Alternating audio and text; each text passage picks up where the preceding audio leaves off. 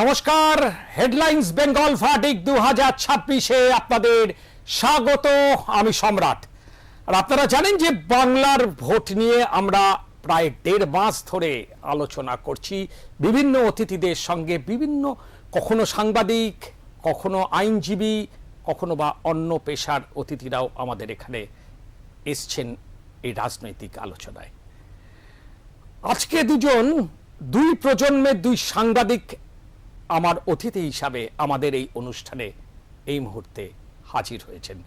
আলাপ করিয়ে দিই, আমার ডান দিকে সাংবাদিক কিংসুক প্রামাণিক এবং একদম ডান দিকে সাংবাদিক তরুণ গোস্বামী। দুটো প্রজন্ম, মানে তরুণদা তুমি আমাদের থেকে অনেক আগে সাংবাদিকতায় এসছো, আমি আর কিংসুক তারপরে এসছি। আমি তোমাকে দিয়ে শুরু করি। প্রথম দফার যে নির্বাচন হয়ে গেল, তাতে কিসের ইঙ্গিত পেলে?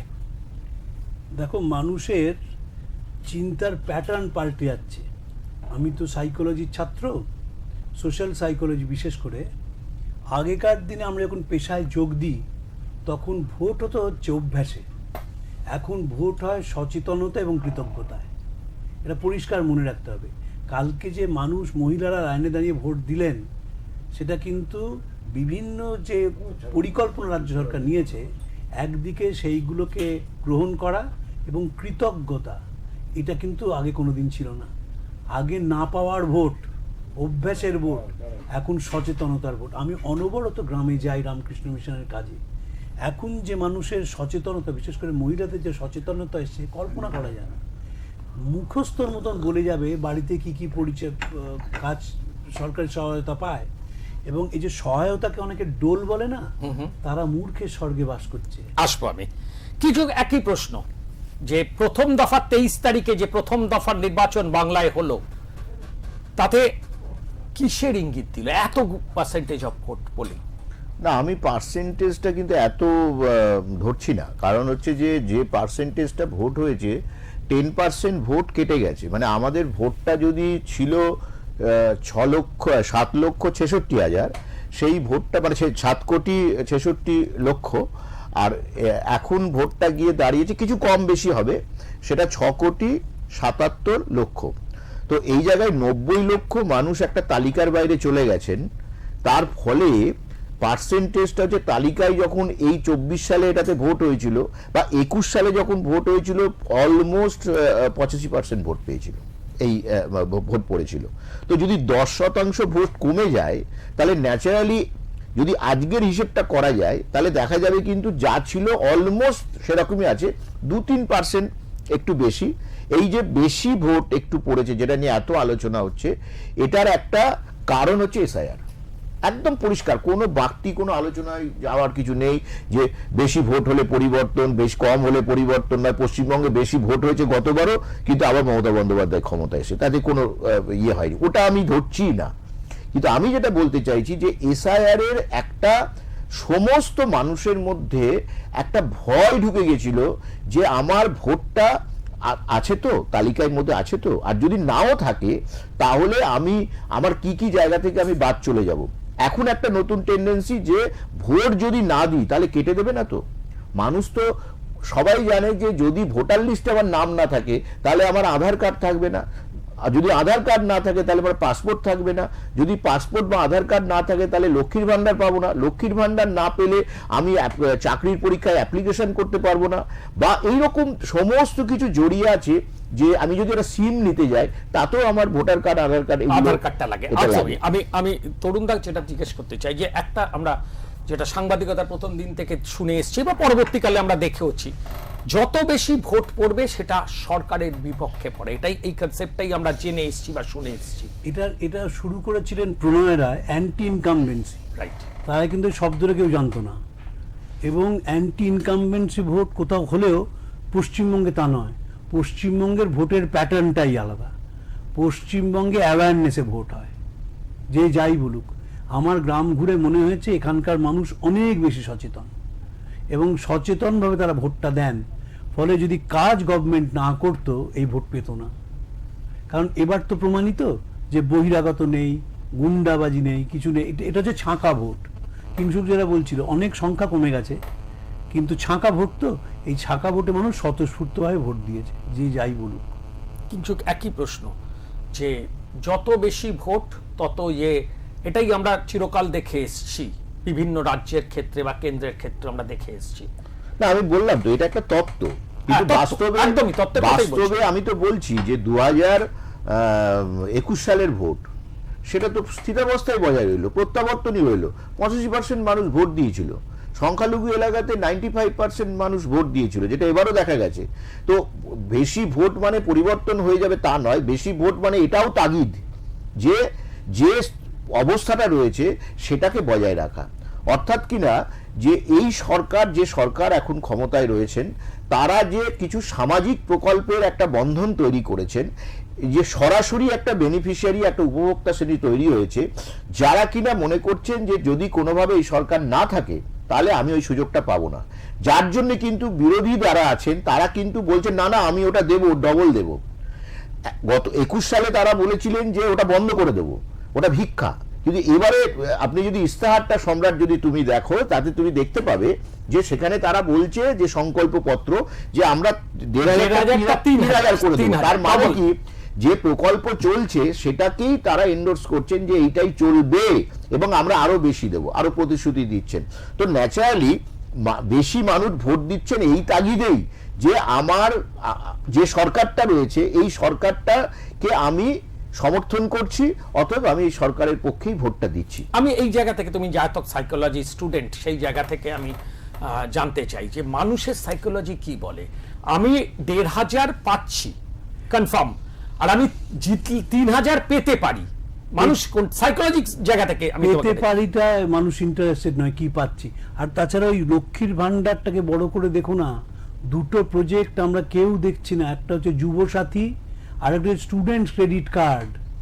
স্টুডেন্ট ক্রেডিট কার্ডে 10 লাখ টাকা পাওয়া যায়। তো আমরা শুধু ডাক্তারি আর ইঞ্জিনিয়ারিং মনে করি, তা নয়, প্রফেশনাল এক্সামিনেশন দেবে তার জন্য সে টাকা পায়। আমার বন্ধুরা বিভিন্ন রামকৃষ্ণ মিশন কলেজের প্রিন্সিপাল, রামকৃষ্ণ মিশন তো অত্যন্ত মেধাবী গরিব ছেলেরা পড়াশোনা করে, যেমন বিদ্যা মন্দির, তারা পড়াশোনা করতে পারতো না যদি স্কলারশিপগুলো না পেত। ফলে স্কলারশিপ ছেলে মেয়েদের সাংঘাতিক এগিয়ে দিচ্ছে। লক্ষ্মীর ভান্ডারে যেমন ইন্টারেস্ট রয়েছে, সবুজ সাথীতে ইন্টারেস্ট আছে, কিন্তু এই স্কলারশিপগুলো বিরাট জিনিস। বিজেপি কিন্তু স্কলারশিপ নিয়ে সাইলেন্ট। আমি এই জায়গা থেকে কিছু একটা কথা আসতে চাই। এই যে যেটাকে আমরা মানে যেটা নিয়ে আলোচনা হয়, যেটা বলা হয় ভাতার রাজনীতি, মানে অনুদান বা এই জায়গা থেকে কিন্তু সুপ্রিম কোর্ট পর্যন্ত বলেছে যে এইটা দেশের অর্থনীতির পক্ষে মারাত্মক। সব রাজ্যের ক্ষেত্রে, শুধু আমাদের রাজ্য ক্ষেত্রে বলছি না, কেন্দ্রীয় সরকার একই কথা, ভাতা। এখন সুপ্রিম কোর্ট তাদের অবজারভেশনে তারা এটা বলতেই পারেন, কিন্তু বিপক্ষ মত থাকবে। যে সুপ্রিম কোর্ট বলেছে দেশের সর্বোচ্চ ন্যায়ালয়, তার যেমন একটা গুরুত্ব আছে, কিন্তু বিপক্ষ মতটাও থাকবে। যে আমি তো চোখের সামনে দেখেছি যে গ্রামাঞ্চলে গিয়ে যে একটা পরিবারে 3 থেকে 4 জন নানা রকম ভাতা পাচ্ছেন। সেই পরিবারটার দিন আনে দিন খায় একটা পরিবার, তাদের যদি 100 দিনের কাজ বন্ধ রয়েছে এবং সেই সময় দাঁড়িয়ে প্রতি মাসে 3 জন মিলে বাড়ি, 2জন পুরুষ 1জন মহিলা, তারা 1,500 টাকা করে, মহিলা 1,500 টাকা পাচ্ছেন, আর পুরুষ যিনি আছেন তিনি পাচ্ছেন হচ্ছে ওই কৃষক ইয়ের ভাতা, ওই যে আমাদের ক্ষেত জমির ওপর যে ভাতা। এই যে একটা, আবার 2জন যারা মহিলা রয়েছেন, তো এই যে একটা পরিবারের মধ্যে অনেকে রয়েছেন, তাদের যে টাকাটা তারা পাচ্ছেন মাসে, তাদের তো তাদের সংসারটা অনেকটা এগিয়ে যেতে পারছে। এখন আমি যদি একটা রাস্তা করি, সেটা যেমন হচ্ছে একটা উন্নয়ন, রাস্তা দিয়ে মানুষটা হাঁটবে, সেই জন্য তো রাস্তাটা করছি। আমি যদি মানুষটাকে সরাসরি বেনিফিশিয়ারি করি, যে তাকে আমি 1,500 টাকা দিচ্ছি কি 1,000 টাকা দিচ্ছি কি 500 টাকা দিচ্ছি, যাই দিই না কেন, একটা পরিবার বিয়ে দিতে পারছে না মেয়ের, সরকার একটা স্কিম আছে 25,000 টাকা দিতে হবে, তার বিয়ে হয়ে গেল। বিয়ে দেওয়া কত বড় ব্যাপার। এবং তরুণদা যে কথাটা বলছিলেন যে এই যে স্টুডেন্ট স্কলারশিপ, কন্যাশ্রীর জন্য ড্রপ আউট কমে গেছে, কন্যাশ্রী হওয়ার জন্য ড্রপ আউট কমে গেছে। অনেক বেশি মাধ্যমিকে পড়া, উচ্চ মাধ্যমিকে পড়ার তাগিদ এসছে, 25,000 টাকা করে তারা পাচ্ছেন। এমন একটা প্রকল্প ইউনেস্কো বলেছে যে, মমতা বন্দ্যোপাধ্যায় গেছিলেন ইয়েতে আপনার ওই হেগ শহরে, আমস্টারডামের পাশে নেদারল্যান্ডে, তুমি বোধহয় সফর সঙ্গী ছিলে। আমি সফর সঙ্গী ছিলাম ঘটনাচক্রে। তো সেখানে উনি গিয়ে এটা স্বীকৃতি নিয়েছেন, তারা বলছে যে এই ধরনের প্রকল্প ভাবাই যায় না। আমার এইখান থেকে এই তরুণদা তোমাকে প্রশ্ন, যে তার এই যে মানে ভাতা নিয়ে কথা হচ্ছে না, হ্যাঁ, হ্যাঁ। অভিজিৎ বিনায়ক ব্যানার্জি তো এটা নিয়েই কাজ, যে তুমি যত ভাতা বেশি দেবে তত রুরাল ইকোনমিটা রোল করবে। কারণ যারা বড় লোক তারা তো টাকাটা ফিক্স করে রাখে বা অন্যান্য স্কিমে শেয়ার কেনে ইত্যাদি। যত তুমি টাকা সার্কুলেট করবে তত রুরাল ইকোনমিটা চাঙ্গা হবে। অভিজিৎ দার তো এটাই নিয়ে কাজ। হ্যাঁ, কিন্তু তার মানে মমতা বন্দ্যোপাধ্যায়ের, মানে যেটা বিরোধীরা বলে যে সংখ্যালঘু একটা বড় ভোট ব্যাংক এবং বেনিফিশিয়ারি এটা একটা বড় ভোট ব্যাংক, এই দুটো ভোট ব্যাংককে সামনে রেখে মমতা বন্দ্যোপাধ্যায় বৈতরণী পার হচ্ছে। ওটা আরেকটা মিথ যে সংখ্যালঘু 30%ই মমতার একমাত্র ভোট ব্যাংক, ওটা একটা মিথ, ওটা একটা ক্লিশেড ওয়ার্ড। আর ভাতা নিয়ে ভোট ব্যাংক পার হওয়া যায় না। যদি ভাতা যে নিচ্ছে সে যদি ওটাকে আইডল হিসেবে নেয়, ডোল হিসেবে নেয়, সে সম্মান থাকে না। আজকে একটা বাচ্চা আমরা বুঝতে পারবো না, তাই যে কন্যাশ্রী বলছিল কিংসু, কন্যাশ্রী কত পরিবারকে এগিয়ে দিয়েছে কোনো হিসেব নেই। বিবেকানন্দ স্কলারশিপ কত পরিবারকে দিয়েছে হিসেব নেই। আর তাছাড়া সংখ্যালঘুরা যে স্কলারশিপগুলো পাচ্ছে তাতে পড়াশোনার হার কিরম বেড়েছে জানো? সংখ্যালঘু মেয়েদের আগে দেখবে শুধু মেটিয়া বুঝে তারা সেলাই করতো, এখন তুমি হাইকোর্ট পাড়া যাও, একটা বিরাট সংখ্যক সংখ্যালঘু মহিলা তারা আইনজীবী হয়েছেন।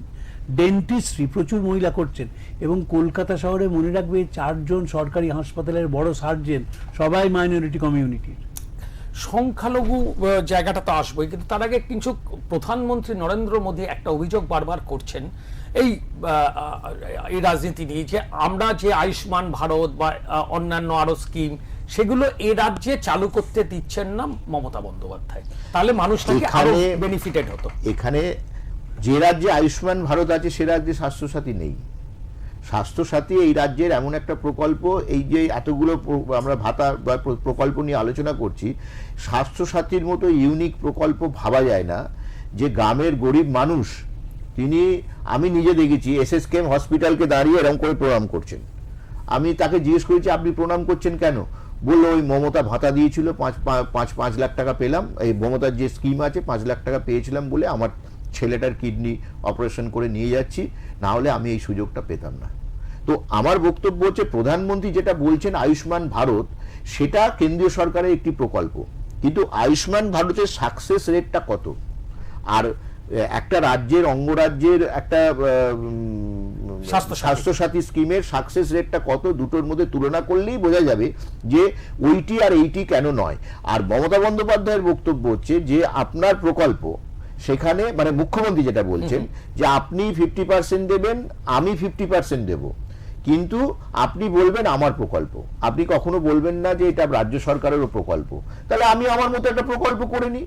আর আপনার প্রকল্প পেতে গেলে এই ক্রাইটেরিয়া আছে, যে আয়ুষ্মান ভারত সেই পাবে, একেবারে দরিদ্র শ্রেণীর লোক ছাড়া আয়ুষ্মান ভারত পাওয়ার সম্ভাবনা নেই। সবার জন্য নয়, সবার জন্য নয়, কিন্তু মমতা বন্দ্যোপাধ্যায় যে সিস্টেমটা পশ্চিমবঙ্গে করেছেন সব প্রজেক্টই, মানে কন্যাশ্রী থেকে শুরু করে লক্ষ্মীর ভান্ডার থেকে শুরু করে যা প্রজেক্ট আছে, যেগুলো সরাসরি মানুষ, এখন একটা বড় লোকের জ্বর হবে, আমার জ্বর হবে না, গরিব মানুষের জ্বর হবে না তা তো নয়, গরিব মানুষের হাঁচি সর্দি কাশি হলেও বড় লোকের সেটা হয়। তো কিন্তু মমতা বন্দ্যোপাধ্যায় যেটা ইকুয়াল করতে চেয়েছেন যে সবাই সুযোগটা পাক, দুটো স্কিমের মধ্যে বেসিক ফারাক এখানে।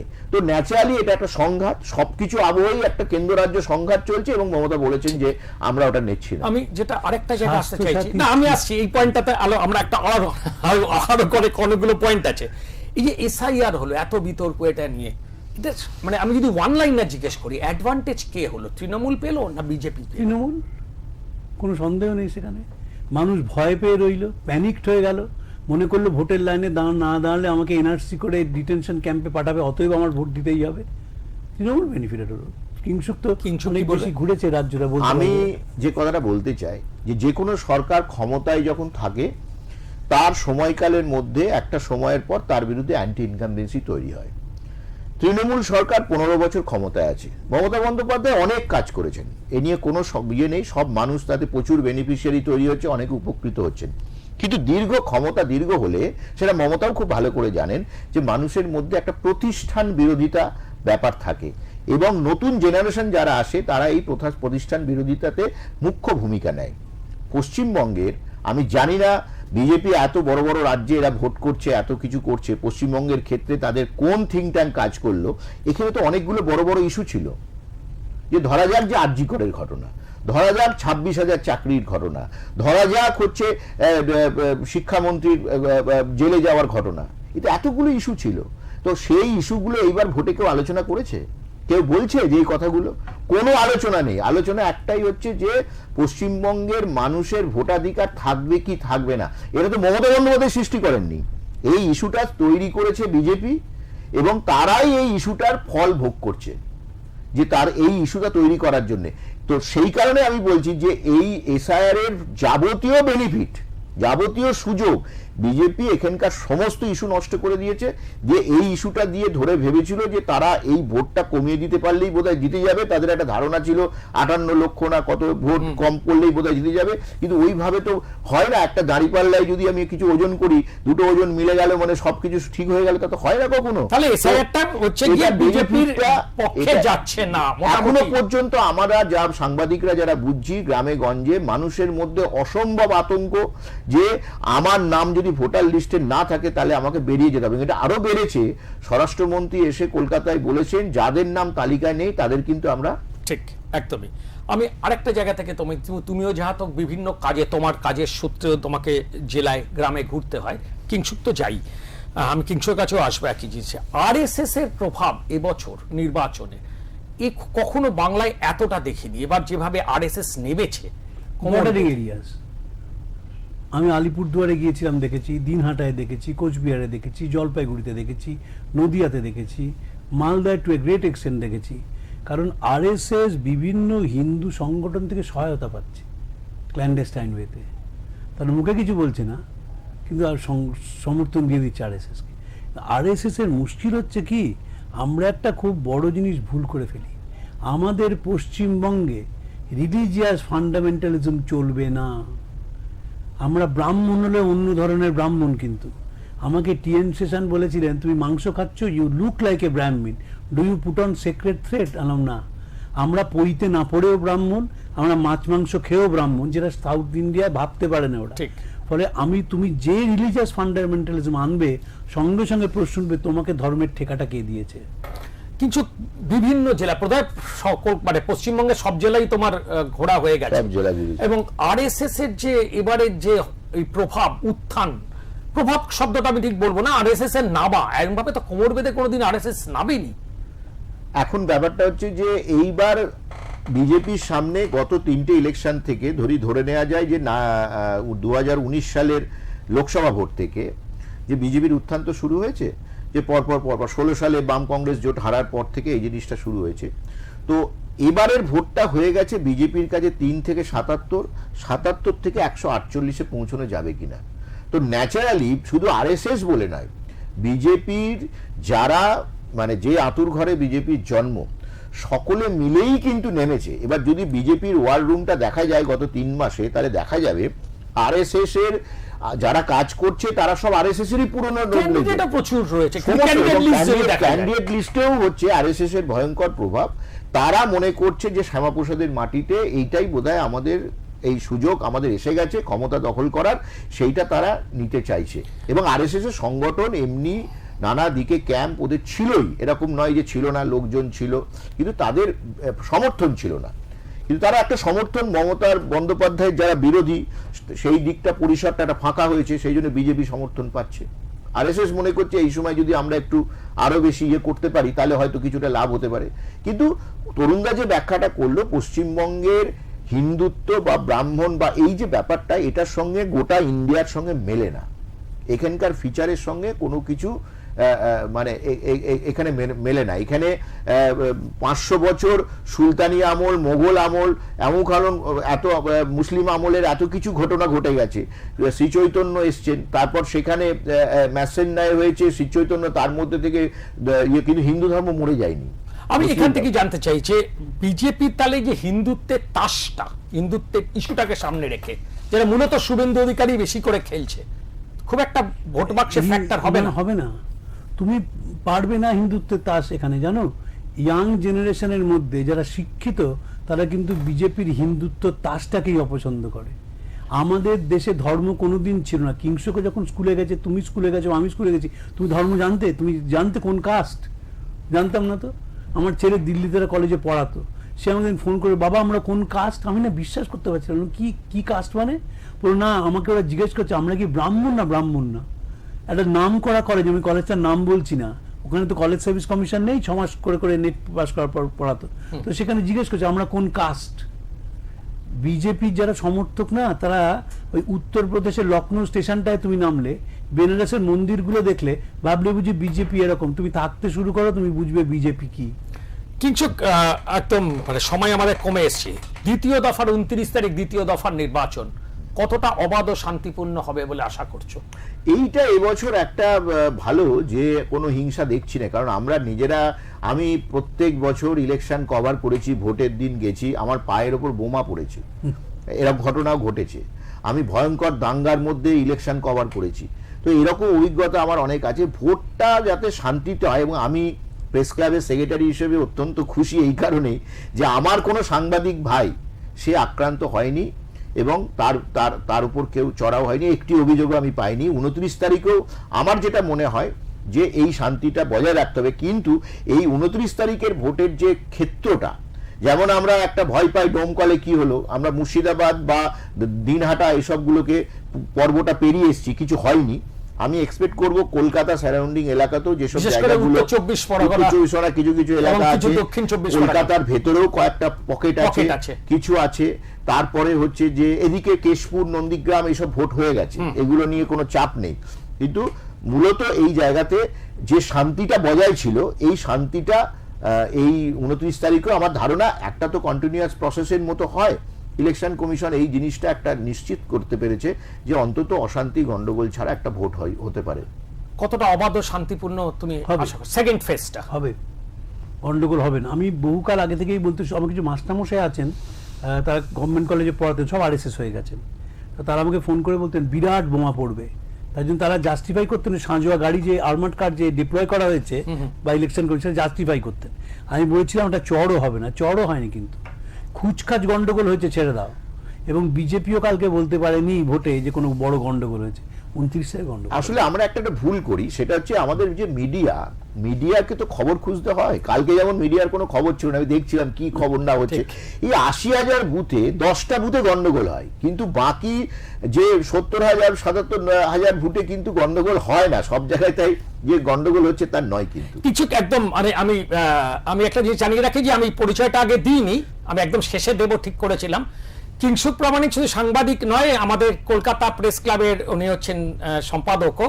আমি এই প্রশ্নটা কিন্তু সাংবাদিক কিংসুক প্রামাণিককে নয়, আমি এই প্রশ্নটা প্রেস ক্লাবের সেক্রেটারিকে করতে চাইছি যে দ্বিতীয় দফার যে নির্বাচন, যাতে আমাদের সাংবাদিকদের কোনো সমস্যা না হয়, পলিটিক্যাল পার্টির কাছে কোনো অ্যাপিল করা হচ্ছে? অবশ্যই আমি সব রাজনৈতিক দলের কাছে একটাই প্রার্থনা করব, একটাই আবেদন করব যে সাংবাদিকরা মানুষ, তাদের পরিবার আছে, তারা পেশাগত কারণে লড়াই করছে, আর সাংবাদিকরা কিন্তু সমাজের একটা স্তম্ভ।